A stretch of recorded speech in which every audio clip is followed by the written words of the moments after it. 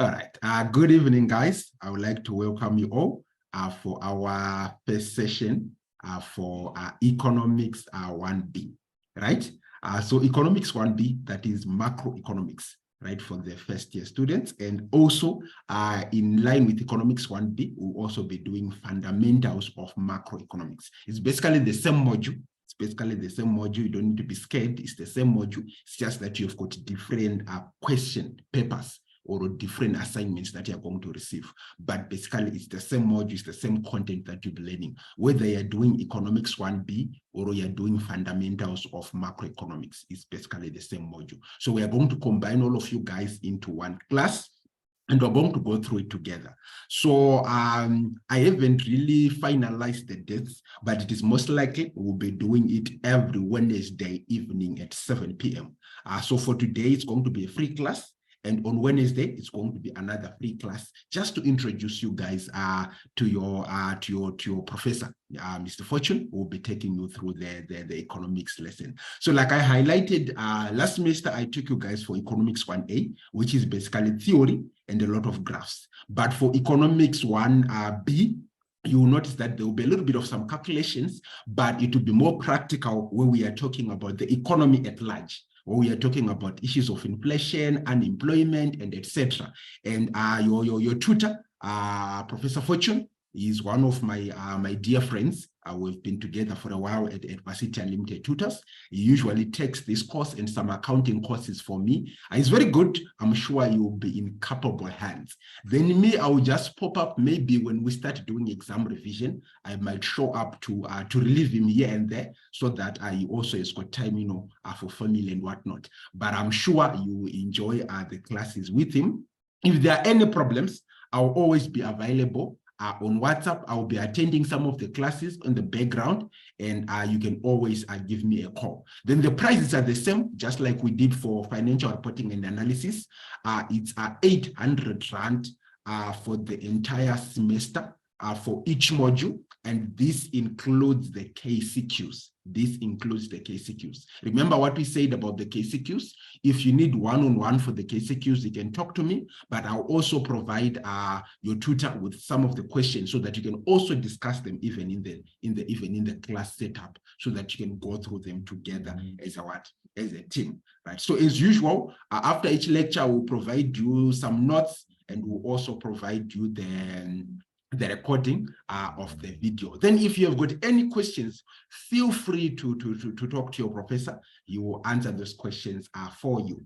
I think that's all for me. If there's anything after the class, you can just send in the group. I will post the video and any notes that he would have provided. Remember, the first two classes are free classes. These are introduction classes. So you will just be, trying to show you guys how he does his tutoring and trying to show you guys what is important for macroeconomics before we actually officially start the main classes with you guys. I hope you have a wonderful evening. Mr. Fortune, I think you have the class. All right, thank you very much, Mr. James. Just to confirm, am I audible? Yes, you are. Thank you. All right, thank you very much. All right, I welcome you everyone to Economics 1B. As has been reiterated by Mr. James, I am Mr. Fortune, and I'll be taking you for this particular course, Economics 1B. So as has been highlighted and taken from some of the words that Mr. James was talking, it seems as if some of you already has a background of generally the subject of economics, which is a good thing. And I believe that there are some of you that do not have a background at all in relation to any approach when it comes to the subject of economics. So today, I'm going to try to introduce or to familiarize to you what you're going to be looking at in relation to Economics 1B and some of the differences that you're going to be noting from those that we're doing microeconomics, or better known as Economics 1A, and Economics 1B, which is macroeconomics. So what you have on your screen there, that is the starting point that I usually start with when it comes to the approach of the subject of economics. And I'm sure for those that were doing Economics 1A, you have come across this particular diagram, and it just gives you a general understanding of what you're talking about when you're talking about an economy, because when you're studying the subject of economics, we are basically talking about an economy in particular, whether from a national perspective or from a global perspective. This is what the setup of an economy generally looks like. All right. So just to highlight a bit on Economics 1B, before I look at the diagram that you want to look at, you would find out that it is made up of 8 to 9 major topics that you're going to be looking at, which are macro in nature. By macro in nature, I'll highlight later on what I mean by macro in nature, because it's particularly different from the microeconomics that we're dealing with. And we'll be trying to look at the broader view of an economy. So the main objective of this particular module is to give you an understanding of the broader view of an economy. And you would understand this in the way that you're going to be examined in your final examination. You'd see the questions that they're going to be asking you. They are not going to be asking you to define anything. They're not going to be asking you to maybe offload some of the terms that you'd have crammed during the course of the semester, but they would want to assess you on your application ability in terms of the information that you have. So your ability to apply the information that you're going to be learning is very, very crucial when it comes to this particular module. So you'd see that we are trying to move away from just you cramming definitions and this and that, but giving you an understanding into the critical issues when it comes to an economy. All right. So if at any point I become inaudible, please highlight so that I do not speak to myself. All right. So just coming back now to the diagram that you see on your screen, we talked about the application aspect, which we are going to start basically from this particular diagram. So basically an economy is a system of interdependent participants. I refer to them as participants, which in their interaction form what we refer to as markets. So from a micro perspective, which is your microeconomics, you were learning on what was referred to as the goods market. You were learning on also what was referred to as the factor market, where you were learning on demand and supply, where you were learning on utility, where you were learning on market structures, perfect competition, monopoly, etc. And also learning the basic economic structures in terms of how a basic economic structure is made up of, where you have your free market economy, which is basically an economy without the government, where the participants operate on their own. And these participants are responsible for the provision of the goods and services that are going to be provided within that particular economy, as well as the demand side, which is the consumption of that particular economy.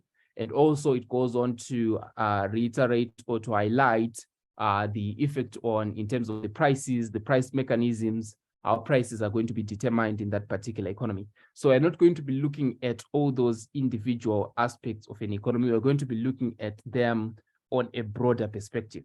So you'd see when it comes to Economics 1B, which is your microeconomics, we are now looking at what we refer to as aggregate demand. We're no longer looking at individual demand, where you are looking at demand on a family level or in a household level or in a market level, but we are looking at demand or at a national level, where you're looking at elements like the total demand within the economy, where we sum all of the demands that will be within the various industries, various sectors of the economy, formulating what we're referring to as aggregate demand. And when you're looking at supply, we're also looking at what is referred to as aggregate supply, where you're looking at the total production that is happening within a particular economy. So we are no longer just looking at individual markets or individual market participants, but we are now looking at them at a broader perspective. And when it comes to the factor market, we are now looking at elements like the level of employment within that particular economy, where you're trying to analyze the extent to which you are utilizing the resources available within the economy.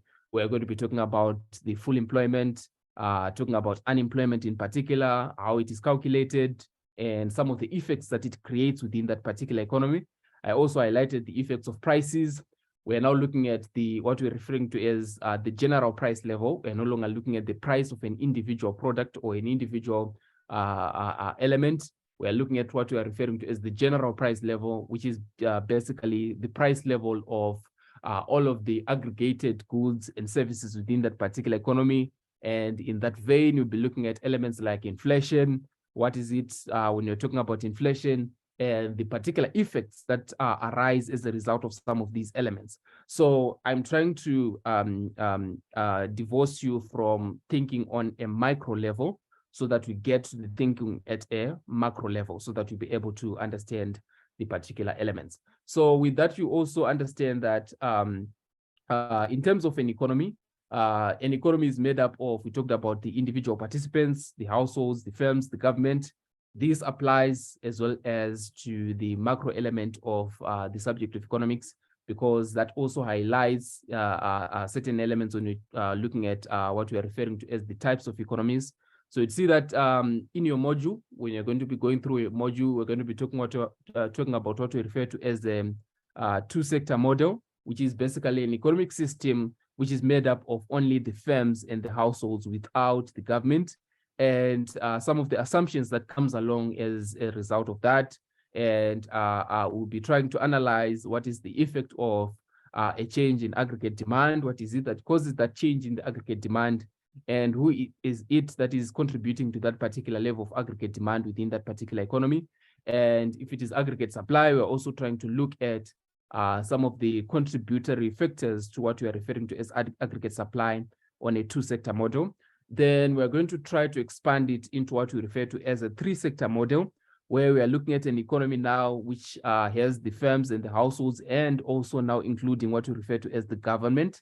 We understand that the government is an important element when it comes to any particular economy, because these are the institutions that enable the operations of any economy through the provision of regulation, etc., and elements like that. So they also contribute to such an economy by also creating an additional factor to aggregate demand. We're going to be looking at that, and also how they influence aggregate supply in terms of their policies, and some of the policies that this particular government introduces in order to drive an economy towards a desirable level of either production or of consumption, whatever it might be. So now we'll be looking at what we refer to as the fiscal policy. So now you understand we're now trying to get deeper into Economics 1B. So I'm sure you've heard of the fiscal policy, you've heard of the government budget. That is where now it comes into being. You've heard of budget deficits, you've heard of the terms of public debt, etc. This is where we are trying to be looking at some of the effects of some of these elements into the overall economy, and for us to have an understanding of how they contribute to the success or to the failure of a particular economy. Then also, we're also going to be looking at the monetary side of the economy. So you'd see that as these participants that we've talked about interact with each other, they would need some form of interaction vehicle, which we usually refer to as the financial sector. So for them to interact, because this is an economy, remember, so for them to interact, the only thing that makes sense in an economic perspective when you're interacting is exchange of value for value. And for that exchange of value for value, it comes in form of, in nowadays, we're talking about money. So we're going to be talking about the evolution of money, how money came into being, as well as some of the definitions that are used when it comes to the subject of money, as well as its effect on this particular economy that you're talking about. What is the effect of money if it is to be increasing, if its supply is to increase in the economy? How is it going to be affecting the general price level? How is it going to be affecting the cost of borrowing for firms to produce? How is it going to be affecting consumption by households, as well as obviously ultimately affecting the economy as a whole? How is it also going to be affecting employment as a whole within this particular economy?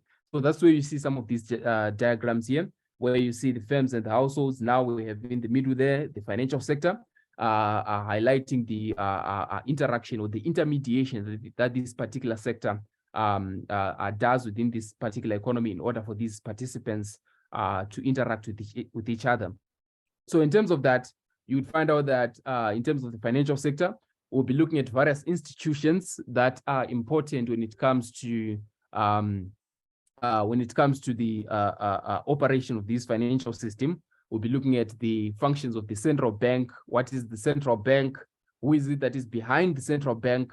Who is it that is making the policies that this particular central bank would be enacting within a particular economy, as well as the importance of these particular policies in terms of influencing a particular economy towards the desirable end. So I'm sure by now we are no longer strangers when it comes to the central bank, in terms of the South African Central Bank, as well as some of the individuals that are prominent within this particular circle, where you would hear the increases in the repo rate. Why are they increasing the repo rate? Why are they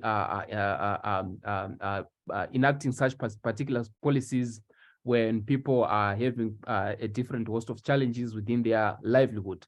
So these are some of the interpretations that we're going to be trying to make sense to you, so that when some of these things come up, when you miss some of these things, either in the news or in the different spheres where you are respectively influencing from, you would be able to be in a position to understand as well as to make sense of some of the policies that are being enacted in relation to that. So we're going to be looking at that when we'll be looking at the monetary sector, etc. All right, so this is just a brief highlight of some of the things that we're going to be looking at. It's not exhaustive, but it is there so that you can have an approach that is on a macro perspective. So I would want to move away from these particular diagrams and try to get into the economy itself. So I've highlighted the diagrams that formulate what we refer to as an economy. But what you need to understand basically is what an economy is, as well as how that particular economy's performance is going to be measured. So I've talked about the introduction of a government in a particular economy, introducing the fiscal policy of a government. We've talked about the financial sector, the Central Bank of South Africa, these two institutions as well, which also introduce various policies into a particular economy. And when they introduce policies into a particular economy, how then are these policies going to be measured? How are we going to be knowing whether the government is introducing policies that work or policies that do not work, or whether the central bank is doing the right thing by increasing the repo rate or by decreasing the repo rate, etc. We have what we refer to as the measures to the performance of an economy. So an economy just by itself, as I have highlighted, this is a system of interdependence which results in production, distribution, and consumption of goods and services within a particular economy. And the participants within this particular economy, as I have highlighted, do not change. We have the firms, we have the households, we have the government. And these participants, these four main participants, are the ones that usually interact within a particular economy, resulting in what we are referring to as an economy. So if you want to measure the performance of an economy, there are 5 basic measures that are given. You would see in your particular module, I'm sure this is the introductory topic when it comes to Economics 1B, measuring the performance of an economy. So it is an introductory topic because that is the one that you're going to be using to interpret the various policies that would have been enacted by these role players, as well as that is the one that you use again in order for you to prescribe the particular policies that are supposed to be used within a particular economy. So we're going to be looking at them one by one. So the first one is what we refer to as economic growth. So by definition, I'll just give a brief highlight on economic growth, then get onto the others, then get into it in a much deeper detail. So by definition, economic growth simply refers to what is referred to as the increase in the gross domestic product over and above the previous financial period. So I'm referring to periods. So that means that this is a comparison that you are taking place in terms of what we are referring to as gross domestic product. We're going to be looking at gross domestic product in a short while and explain what this metric means and how it is calculated, as well as some of the limitations that this particular metric has. So basically, that's what we use when it comes to the measuring of economic growth. So when it comes to economic growth, we want to see an economy, whether it is growing or whether an economy is shrinking, because obviously if a particular policy has been enacted, you'd want to see its effect in terms of the growth of the economy. So if the economy is growing, it means that that particular policy is working. And if the economy is shrinking, it means that that particular policy might be detrimental to the economy. And you'd find out that when it comes to economic growth, it affects a lot of variables at the same time. It affects the level of employment within the economy, because if the economy is going to be shrinking, people are going to be losing out when it comes to jobs. People are going to be losing out when it comes to their income, and it's going to be resulting in people getting into poverty and things like that, and reducing the standards of living within a particular economy. So you see that with all these elements, they're interconnected. If one particular variable is not working properly, it also affects the next particular variable, and hence as a result, that makes it delicate for us to be able to look at them one by one and have a deeper understanding into them. Then the second measure is full employment. So by full employment, we're trying to look at the extent of the utilization of the resources that we have within an economy. So we understand that some of the things that enables an economy to operate are the resources that are available within a particular economy. So in terms of the resources, we're looking at the natural resources, we're looking at the factor endowments within that particular economy, and some of the resources get onto what we refer to as the labor and entrepreneurial skills within a particular economy. So if we're not fully utilizing these particular resources, it means that there is a challenge within that particular economy, because if you're not fully utilizing labor, it means that you're going to be having unemployment within the economy. You're going to be having people that do not have any particular work within the economy, and that results in social ills and some of the instances like that you would see as a result of unemployment, the economy falling into poverty, the standards of living reducing, and overall you'd see that it has a negative impact on the economy.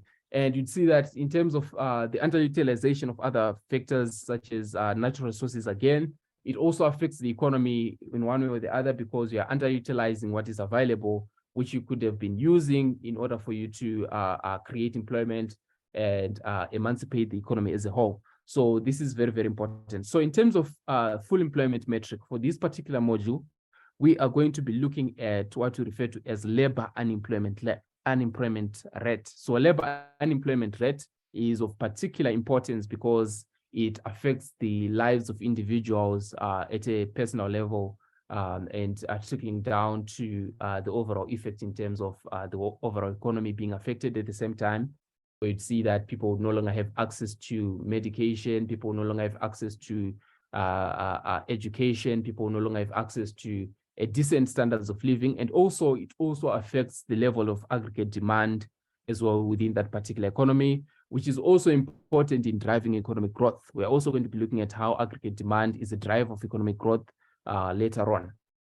Then we also have price stability. So if any particular economy is fully functional or is functioning properly, it has to have what is referred to as price stability. So price stability doesn't mean that we are basically talking about prices remaining the same, but we are talking about prices being stable. So you'd find out that from one point to the other, or from one time period to the other, prices do change. Prices do have a considerable change from one period to the other.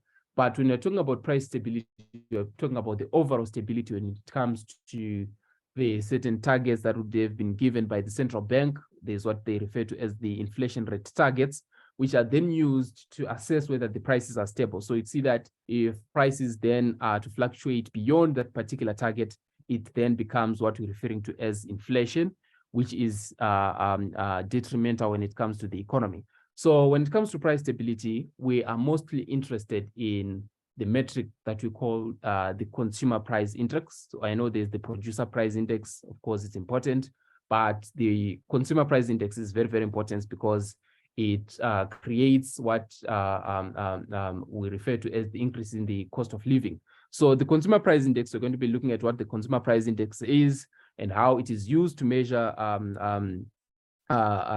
this particular inflation, and also understanding the overall effect that it has when it comes to the cost of living of individuals, how when the prices are increasing, the value of money erodes, and eventually that creates a situation where people are in a negative situation overall, and that would affect the economy as a whole. So we're going to be looking at inflation, the types of inflation, as well as the detrimental effects that it has, and some of the policies that we are expected to be prescribing in a scenario where we are having inflation. So, for instance, just bringing it to the today's scenario, we have been experiencing inflation post 2020, post 2020 considerably, especially after the COVID-19 fallout, where you would see that the inflation rate of prices has been increasing, and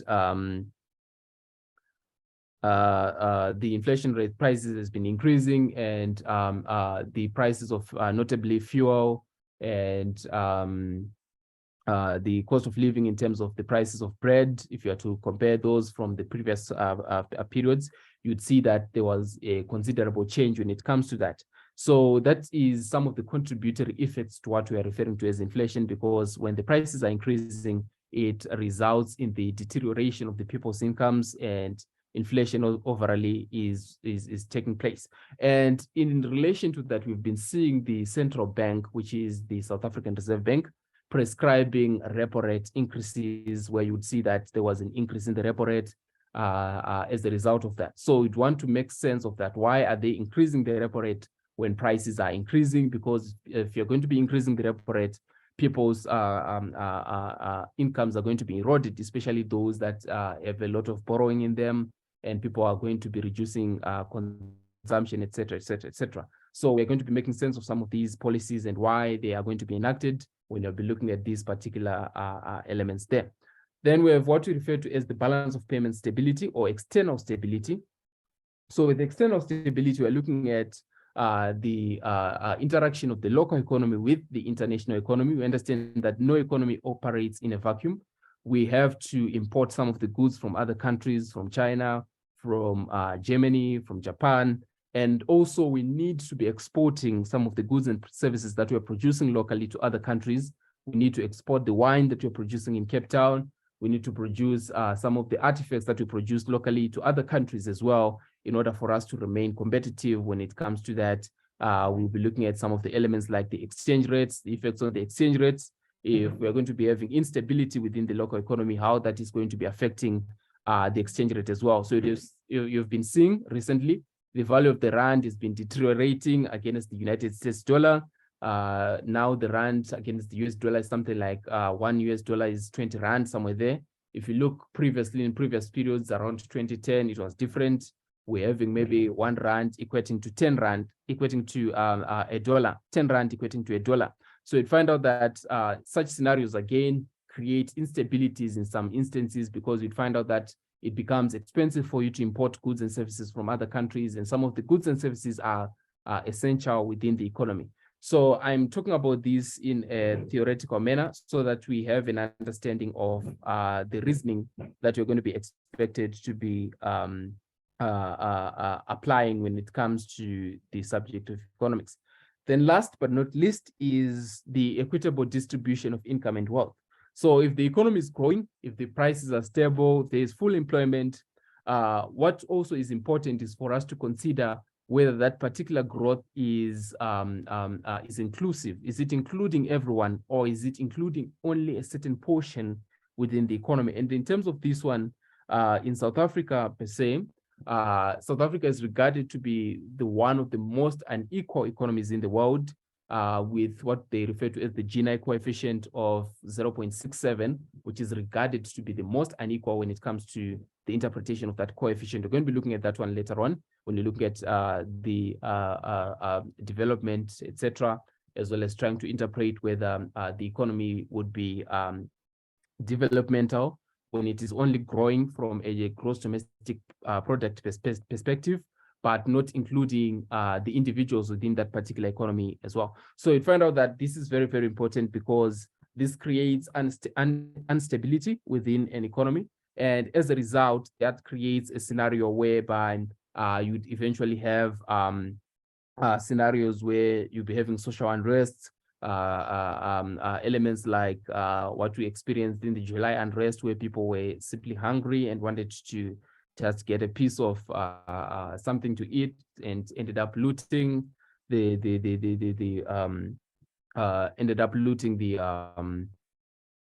stores. So those are some of the elements that we're going to be looking at. So just so that we understand where we are.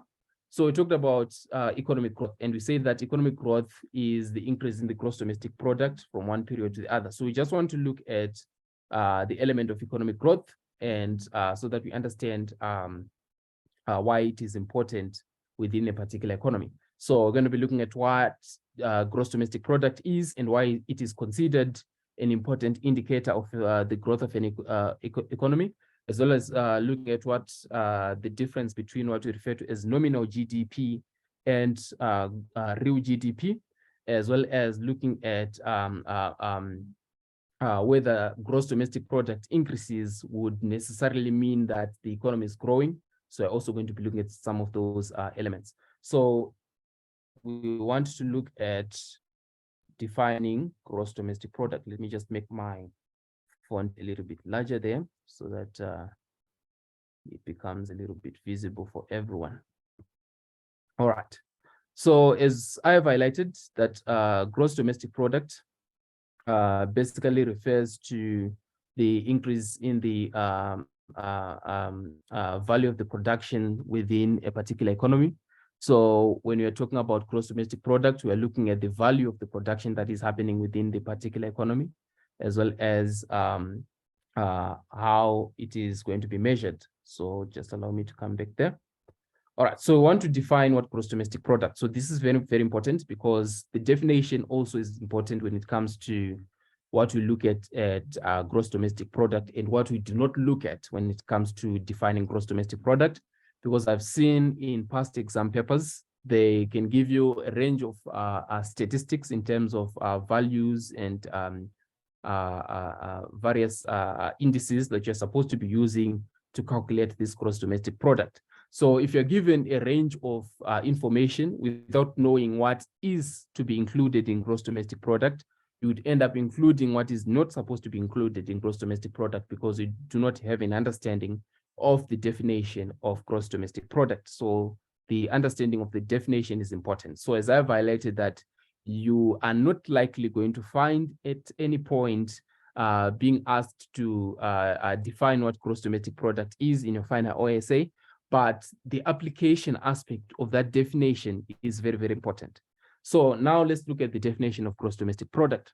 So gross domestic product, sometimes referred to as GDP, is the monetary value of all the final goods and services produced within the boundaries of a country at a given time period within a particular nation. So we want to look at the first element, which is the total monetary value. So it is expressed in monetary terms.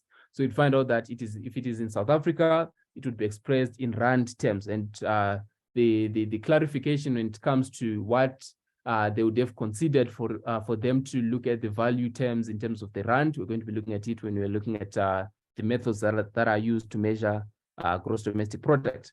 So first of all, it is the total monetary value of all the final goods and services. So this is important again, because you'd find out that in some instances, you might be given intermediate goods when it comes to measuring gross domestic product. And if you include the intermediate goods and the final goods, you'd have done what we refer to as double counting, which is an error prone to the calculation of these GDP statistics.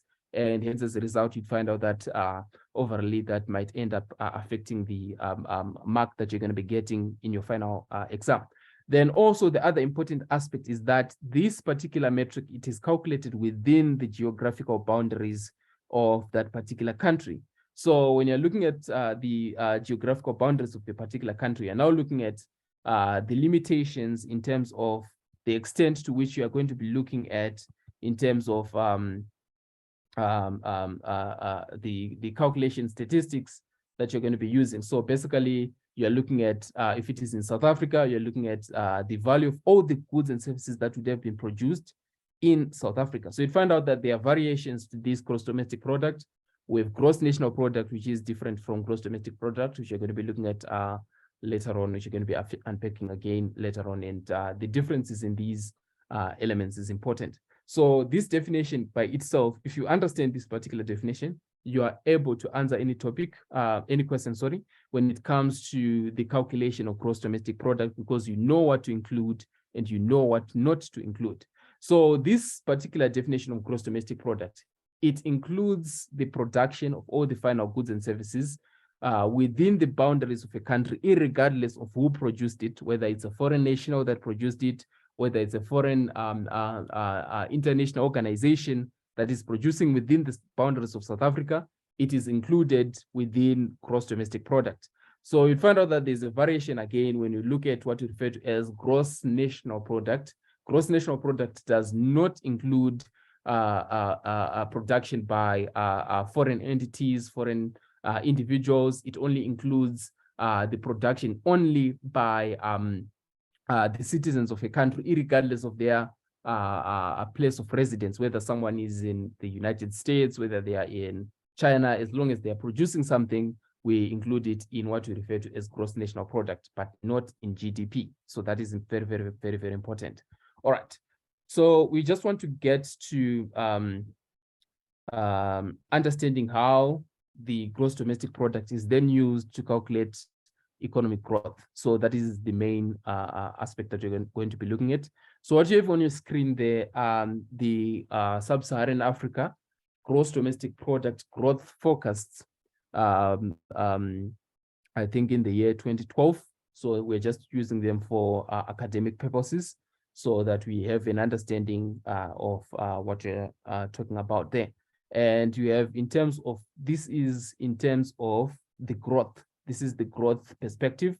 And we have the growth perspective and we have the GDP, what they are referring to as the GDP per capita.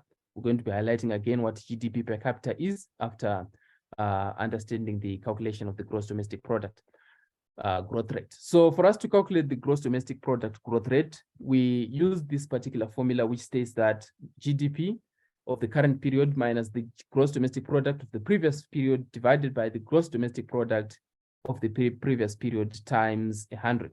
So they've been given an array of gross domestic products over a range of periods. So you are supposed to simply calculate the current gross domestic product minus the previous gross domestic product divided by the previous gross domestic product times 100. For example, if you're given GDP statistics for a particular country in 2023, and you're given that the gross domestic product was 15 trillion, and in 2022, the gross domestic product was 14 trillion. So this is just for academic purposes. This is a hypothetical example for us to understand this particular formula. So for us to calculate gross domestic product growth rate, we simply say 15, which is the current period, 2023 period, minus 14 trillion, which is the 2022 gross domestic period, divided by the 2022 gross domestic product period, GDP, which is 14 trillion, times 100. So 15 minus 14 divided by 14 times 100 gives you 1 over 14 times 100 in percentage terms. That gives you 7.14%. So that is how you calculate gross domestic product growth rate. So I've seen particular exam scenarios where you are given various gross domestic product statistics and you are required to calculate the value of gross domestic product growth rate, or the economic growth rate, to put it in clearer terms. So this is how you go about it. You simply calculate the current levels gross domestic product minus the previous level gross domestic product divided by the previous levels gross domestic product. Then you multiply that by 100 for you to get the percentage when it comes to the economic growth perspective. So these are some of the simplest that you would find. So within your exam, if you find an economic growth question which requires you to calculate economic growth, this is how you go about it, and you would know that you have those marks in your pocket. So we want to look at some of the metrics or some of the variations when it comes to gross domestic product. Sometimes you'd find out that gross domestic product is given in what they refer to as per capita terms. So when you're looking at per capita terms, they are now looking at the gross domestic product divided by the population within that particular nation. So we understand that in South Africa, we have approximately something like 60 million when it comes to the individuals that are within South Africa. And when it comes to the gross domestic product in United States dollar terms, it's around, let's just say 500 billion US. So this is in United States dollar terms. You'd find out that in some instances it is given in United States dollar terms, and you're going to be talking about it in foreign terms, in foreign currency terms, more often than not. So you basically have to be acclimatized to using some of these elements. So say the South African growth rate, or rather South African GDP is 500 billion, and the population is 60 million. Calculate the GDP per capita. So 500 billion divided by 60 million in mathematical terms, I think for us to be able to put it across, it would be something like this: 500 divided by 60 million. So that means that on average, we are basically saying that each particular individual within the South African economy would have access to that amount of money that you're going to be calculating in United States dollar terms yeah. So that means that we're basically saying that is the average income rate within that particular economy. So if you are to divide that in United States dollar terms, let me just try to do that very fast. It gives you something like United States dollar 8,333. So that is 8,333. And in rand terms, if you multiply that by 20, which is the current exchange rate, so we're basically saying that 8,333 times 20, which is we're basically saying 20 rand is equal to $1. We're basically saying that one individual in South Africa is having, on average, that gives you 166,000 rand, is having an income, a per year income of 166,000 rand 660. This is on the assumption that all things are equal in terms of the distribution of income within that particular economy. So you see that when you're looking at GDP per capita, we're now looking at the distribution of gain of income within the particular economy, as well as the developmental aspect of individuals within that particular economy. And it also assumes that everyone is getting an equal portion of gross domestic product within that particular economy. So you see that the per capita GDP is also used as some of the terms that are going to be used when it comes to some of the examinable questions. They'll be using the per capita terms. They can use the gross domestic terms in its entirety. So you need to understand the differences between the two and to appreciate some of the assumptions that are behind these per capita calculations, etc. And so that you get a rough understanding. So basically, if we are to look at it, is everyone getting 166,000 per year in South Africa? That's something that we need to have a debate on some other time. So this is just on a theoretical perspective. That's what we're looking at. So we just want to look at, in closing, I think our time is running out, in terms of how we measure this gross domestic product. Okay, I'm hearing someone who can unmute it. Yes.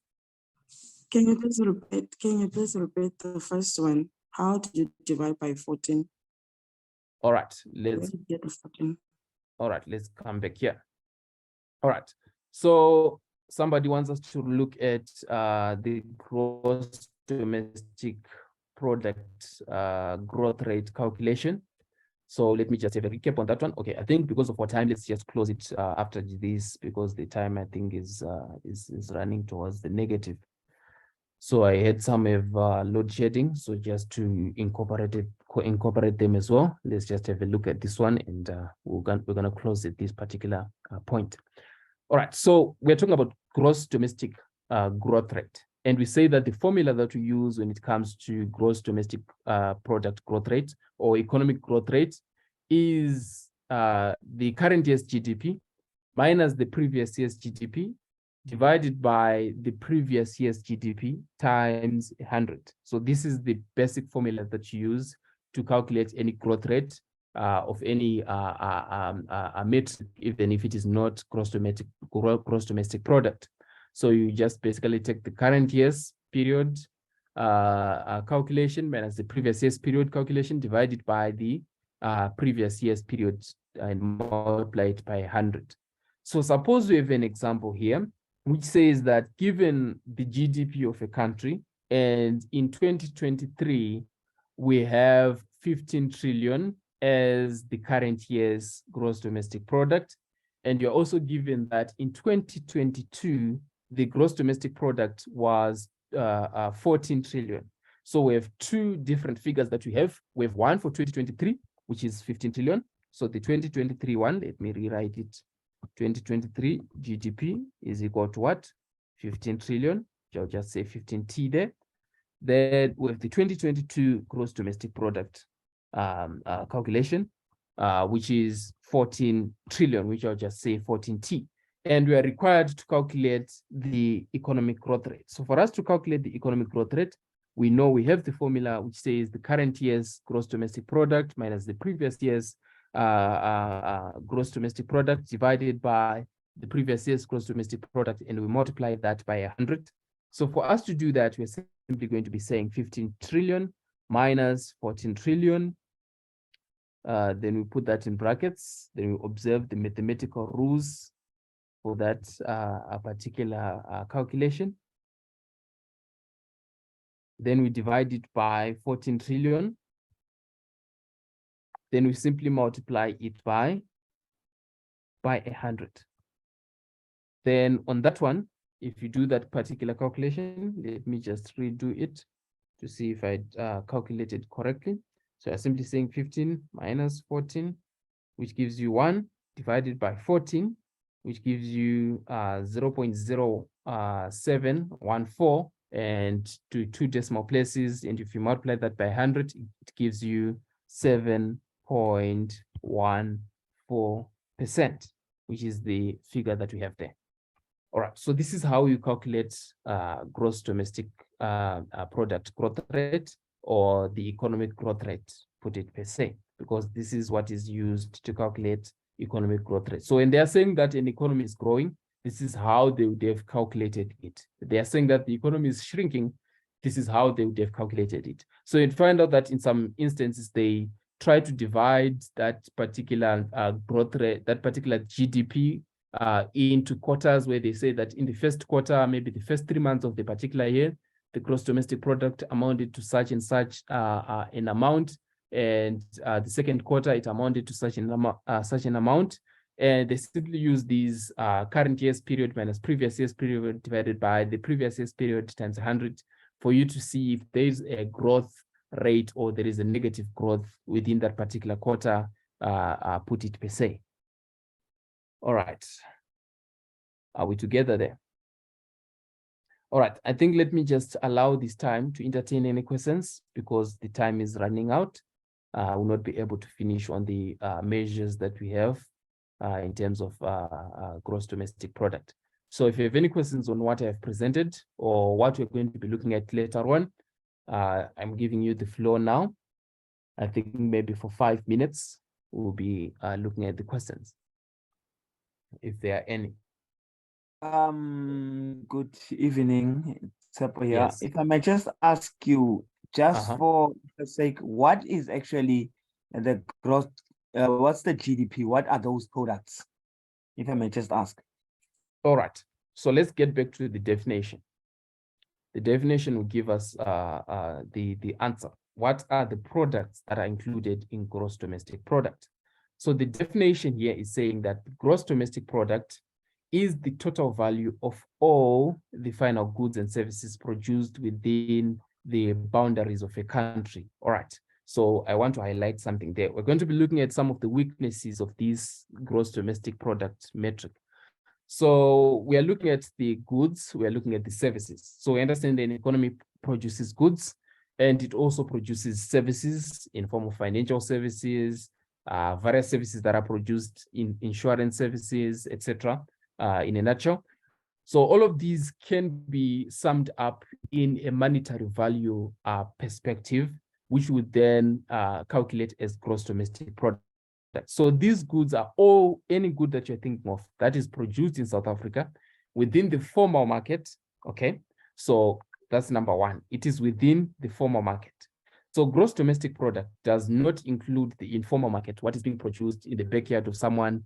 When someone is producing, maybe someone is producing mats per se, crafts, etc., which are not included within the formal production system or within the formal registration of a business, etc., you would find that those are not included within the gross domestic product. But when you're saying the all part, we are basically talking about the formal part of an economy. That is what you're referring to as the all of the final goods, whether it's bread, whether it's cheese, whether it's milk, whether it's plastic that is being produced, whether it's gold that is being produced, whether there are diamonds that are being produced, whatever that you can think of, whether it's grapes that are being produced, or wine that are being produced in Cape Town, whatever it is, whether it's agricultural, industrial, technological, any good that you think of, as long as it is within the formal market, that can be traced when it comes to the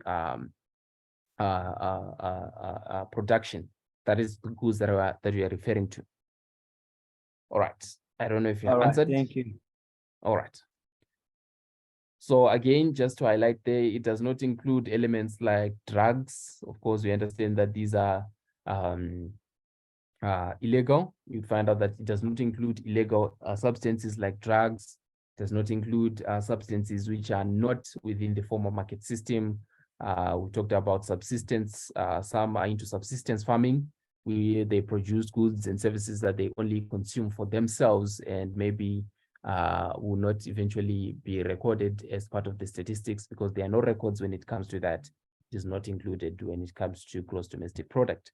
So you'd find out that States SA, these are the ones that usually measure these particular statistics. States SA, as well as the central bank, South African Central Bank, are also some of the contributors when it comes to the measuring of these statistics. So where they derive their statistics from is usually from the formal markets and does not include the informal markets. All right. Anyone else with a particular question? Bread is the final product, yes.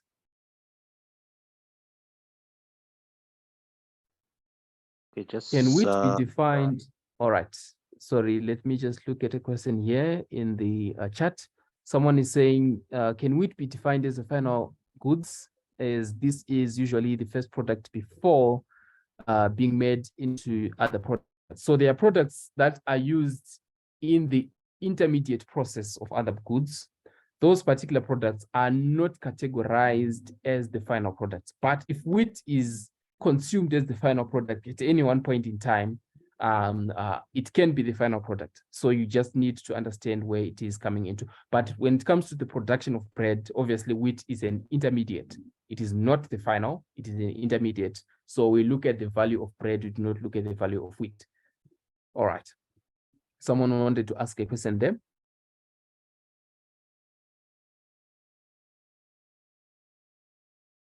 You can go ahead.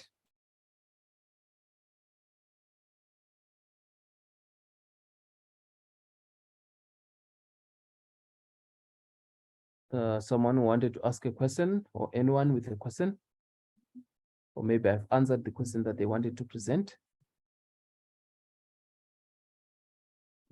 Kevin just dropped a message. So please just have a look at your message. There's a question there. All right. All right, define consume. Does it mean specifically eaten? All right. So when you're talking about consumption, okay. Okay, I like this particular question. I like it because it shows the person is thinking deeply. So this is the level of thinking that we want when it comes to economics. When you're talking about consumption, are we only referring to eating, or are we only referring to consumption? Because we find out that consumption, there are certain goods like clothing where eating is not really included there, but it's consumption as well. There are certain products like, for instance, motor vehicles. Motor vehicles, if a motor vehicle is produced, is the use of a motor vehicle consumption when it comes to eating. So just to come to that, consumption is not necessarily meaning eating when it comes to opening our mouth, chewing and digesting and having a gastroeconomic jubilee, whatever it might be. But it simply means the use of something. That's what we are referring to as consumption. It's the use of something. If you're using something, you're consuming something. If you're using DSTV, if you're using the internet, you are consuming the internet. All right. I hope I have answered that one in particular. Yes. Consumption is using, yes. Fuel consumption, yes. Anyone else with a different question, or if you want me to further highlight on that one, the floor is still open.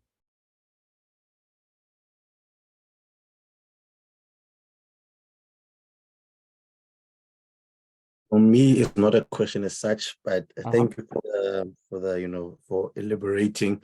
Now I can listen to Kaya FM Biz, because these are the terms that they normally talk about, and I find myself not understanding, like GDP per capita and all of those things. But no, thank you very much. All right, welcome. That is the purpose of you taking this particular module, and I believe at the end of it, you are going to be a master of these things. And I believe some of you are going to take this course to different dimensions until you become the people who will be enacting these policies, etc., within the economy. All right. So we're going to be looking at all of these. Yes, yes. Go on. Now, what I wanted to know is, so what you're telling me about so any product that needs to be combined with another product, it doesn't fall under the GDP. For example, like Kevin was asking, somebody was asking about the wheat. So I wanted to, things like there's somebody growing hops on top of their roof, and then selling it to the brewery to make alcohol. So does that form part of the GDP, or what happens, because it's not a finished product? All right. So what we look at when you are trying to calculate the value of gross domestic product is the end product. Because if you're going to be calculating the value of wheat and say it's gross domestic product, then calculate the value of bread and say it's gross domestic product, we would have done an error which is called double counting. So by double counting, you're basically saying that we've counted something twice, which is being included in the calculation of something else. So for instance, let's just use the example of bread here. Bread uses wheat. It uses, what else is used in the forming of bread? I know mainly wheat, so I'll just use wheat. So when you are making bread, we are not going to go back to the wheat, the value of the wheat, and say maybe for us to have the total amount of loaves that has been produced in South Africa, let's say 750,000 loaves, etc., or even 1 million loaves, I don't know. We are not going to go back again and look at how much wheat was used and the value of that particular wheat. Because if you do that and we add again the value of the bread, we are doing what you're referring to as double counting. We are counting that value twice because it is already included in the value of that bread, because the bread is a value addition of wheat. We've added value to the wheat until it became bread. So you cannot include wheat again in terms of the calculation of bread because it's double counting. And when it comes to someone who's growing and selling it to the brewery, we look at the value of what the brewery is going to be producing and not at the value of what that particular individual is contributed to the brewery, because it is inclusive in what the brewery is going to be producing at the end of the day. All right, unless if it is going to be consumed directly without any value addition. As long as there's no longer any value addition, we're going to be using it as part of GDP. Also, if the person is like, let's say maybe splitting it, some of it is going to be eaten directly, the other one is going to be sold. The one that we into the GDP is the one that will be sold directly to somebody for direct consumption. Yes, those two are different. The other one is already a final product. The other one is an intermediate product in the production of another good. So as long as if it is an intermediate product, the value that is being intermediated or that is going to be value added for us to have the final product is not going to be part of GDP. We're going to be looking at the final product. And the one that is being consumed directly maybe through sales to individuals that are going to be using it straight without any value addition, that is going to be forming part of GDP. But if it is going to be value added at any process in the production process, it's not going to be part of GDP. We look at the final product. Thank you. Finally makes sense. Hey, now I know when they saying the GDP of the country is. Hey, now I know what I'm talking about in radio. Good. All right. I don't know if you have any further questions. It seems like we've run out of time. Thank you very much for attending today's session. We're going to be having another session again on Wednesday, as has been highlighted. And I look forward to seeing all of you again as we delve much deeper into this particular interesting subject, as we all see and we all understand that this particular subject affects us in one way or the other. So they say that ignorance is no defense. So if you understand economics, or if you don't understand economics, you're going to be affected equally with some of these things. And we need to have an understanding of all of these things for us to eventually have the right application when it comes to some of these things. All right, thank you very much. Until we meet again, goodbye.